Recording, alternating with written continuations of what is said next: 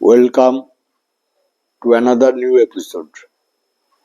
আমাদের অনেকের মধ্যে একটা মস্ত দোষ লক্ষ্য করা যায়। সেটা হচ্ছে, যে কাজটা আমাদের করতে হবে সে কাজটা আমরা ঠিক আছে পরে করব বলে ফেলে রাখি। এটাকে বাংলায় বলা হয় দীর্ঘসূত্রতা। এটা কিন্তু মোটেই ভালো অভ্যাস নয়। কেন?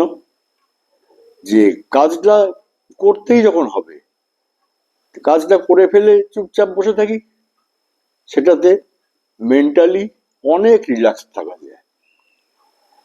যেমন আমাকে ধরুন কোথাও যেতে হবে, কোনো ট্যুর প্রোগ্রামের কথাই ধরুন। স্বাভাবিকভাবেই আমার কিছু জিনিসপত্র নেওয়ার প্রয়োজন আছে।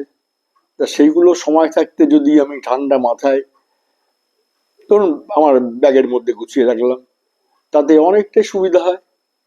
তাহলে সময় মতো গিয়ে আমাকে কোনো তাড়াহুড়ো করতে হয় না, বা ভুলে যাওয়ার কোনো চান্স নেই।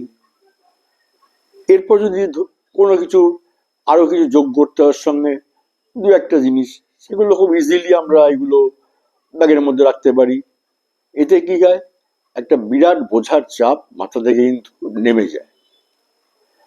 তারপর একটা ছাত্র, যার প্রায় হয়তো একটা নির্দিষ্ট দিনে পরীক্ষা দিতে হবে, সে যদি তার পড়াশোনার ব্যাপারটা, প্রিপারেশনের ব্যাপারটা ঠিক সময় থাকতে মিটিয়ে রাখে, তাহলে কি হবে, তার মাথা থেকে চাপ প্রায় সবটাই নেমে গেল। তা না করে সে যদি ভাবে ঠিক আছে পরে দেখছি এই করে দেখা গেল আস্তে আস্তে পরীক্ষার দিন এসে যাচ্ছে, হয়তো পরের দিন পরীক্ষা, তখন তার মাথায় মনে হলো আরে তাই তো, আমাকে এতগুলো জিনিস এখন তৈরি করতে হবে। চিন্তা করুন তো, সেটা কি বিশাল চাপের জিনিস তৈরি হয়। মনটা পুরোপুরি ডিস্ট্রাক্টেড হয়ে যায়। আমাদের রামায়ণে ছোট্ট একটা গল্প আছে। মহারাজ রাবণ স্বর্গে যাবার জন্য ভেবেছিলেন একটা সিঁড়ি বানাবো। তা উনি রোজই ভাবতেন ঠিক আছে আজকে থাক, কালকে দেখা যাবে, কাল করব। এই করতে করতে দেখা গেল সেই কাল আর কোনোদিনই কিন্তু তার জীবনে এসে পৌঁছালো না। তিনি যুদ্ধক্ষেত্রে মারা গেলেন। এইটা একটা গল্প মাত্র, কিন্তু বাস্তব জীবনে এগুলি আমরা কিন্তু ফেস করি।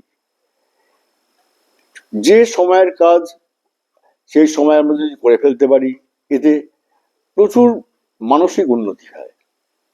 আমার মাথা থেকে একটা বিশাল বোঝা নেমে যায়, যার ফলে কি হয়, আমি আমি অন্য একটা কাজের মধ্যে আমার পুরো ক্রিয়েটিভিটিটাকে দিতে পারি।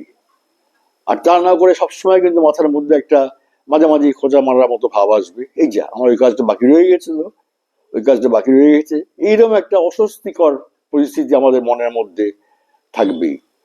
তা এটা করার চেয়ে ঠিক সময় মতো কাজটা করে ফেলি, এতে আমাদের মানসিক হেলথেরও অনেক ইমপ্রুভ করে।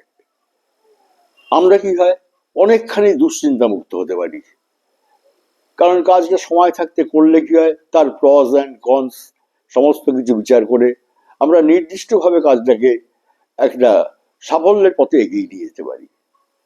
তো এই ছোট্টখাট্ট কতগুলো জিনিস যদি আমরা আমাদের দৈনন্দিন জীবনের পালন করে চলি, এই অভ্যাসগুলোকে যদি আমরা আমাদের হ্যাবিটের মধ্যে আনতে পারি, তাহলে দেখা যাবে যে জীবনে আমরা কিন্তু খুব ইজিলি অনেক উন্নতি করতে পারবো। উন্নতি বলতে যে শুধু অর্থনৈতিক উন্নতি, হ্যাঁ সেটাও হবে কিন্তু এটার ফলে। ধরুন আমি একজন অফিসে কাজ করি, বা আমি একজন ব্যবসায়ী। তা আমি যদি নির্দিষ্ট সময় আমার কাজটাকে যদি সুচারুরূপে সম্পন্ন করে রাখি, তাহলে কি হবে, তাহলে আমি সব দিক দিয়ে ডেভেলপ করব, প্রত্যেকটা কাজকে আমি ঠিক মতো করতে পারবো।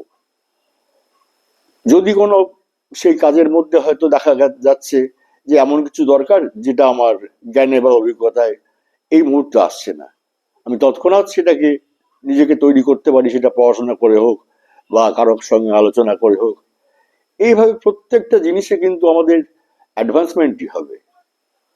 এই কথাগুলো আমাদের প্রত্যেকের, ছাত্র হই, বয়স্ক হই, জীবনে যে পর্যায়ে থাকি না কেন, আমাদের প্রত্যেকের কিন্তু এগুলো মাথায় সবসময় আমাদের নেওয়া উচিত। তবে কিন্তু জীবনের পথগুলো আমরা এই ছোট্টখাট্ট অভ্যাস পরিবর্তনের মধ্যে দিয়ে গেলেই আমরা নিজেকে আরো উন্নত করতে পারবো। ধন্যবাদ, সবাই ভালো থাকবেন।